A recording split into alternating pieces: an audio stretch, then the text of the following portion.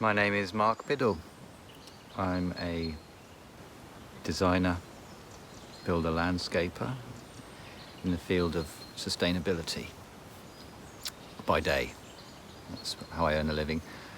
I'm also a writer and poet by night, quietly, secretly. Handwriting, I use it all the time, particularly on site when I'm working, taking notes, measurements, builder's marks on pieces of timber, on stone, where things are going to be fixed or cut, taking notes from the client. And I've got my consultant and designer's hat on. I have the notebook with me at all times. And I always write things down by hand. I'd be lost without being able to do that. It's a generational thing. I don't take notes on my phone or tablet or laptop.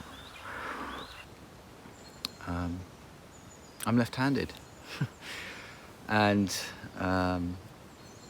when learning to write, that had its additional challenges. If you cast your own minds back to when you were learning to write, of repeating patterns, committing to our subconscious ability to just be able to, without thinking, scrawl out. The extra challenges of being a left-hander is that you're left to your own devices, or you were when I was younger. How to not smudge ink as you scrawl across the page. It was led to all sorts of creative and not very, well, you get called cack-handed because of the way you write. To not smudge, so I resorted to preferring pencils because you can't smudge graphite. My mum's generation, my mum told me she's left-handed. 50% of our family are left-handed for several generations, including my kids. There's half of our family, which is unusual because maybe not unusual. Only 10% of the world are left-handed, but 50% of my family historically have been left-handed. So my mum's generation, she told me of the difficulties she faced learning to write was that being left-handed was considered wrong, and she was continually rapped across the knuckles when she was learning to write with her left hand. Rebellious left-handed nature wasn't knocked out of her, although I'm sure it left her with all sorts of trauma around writing. So things have got a bit better. And writing for me, in the other sense of it, the creative side of handwriting, that's when it comes into its most profound, really. Being able to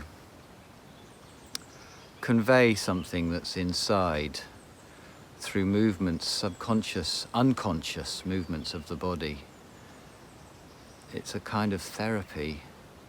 So I always start, and I always keep a notebook near to hand, because sometimes it comes out of the blue and I don't want to miss the opportunity. So something will come up, and it may be during a work day, or it may be in the middle of the night, and something creative, a line of poetry or a concept in writing, and I want to write it down. So I always have my book close to hand, and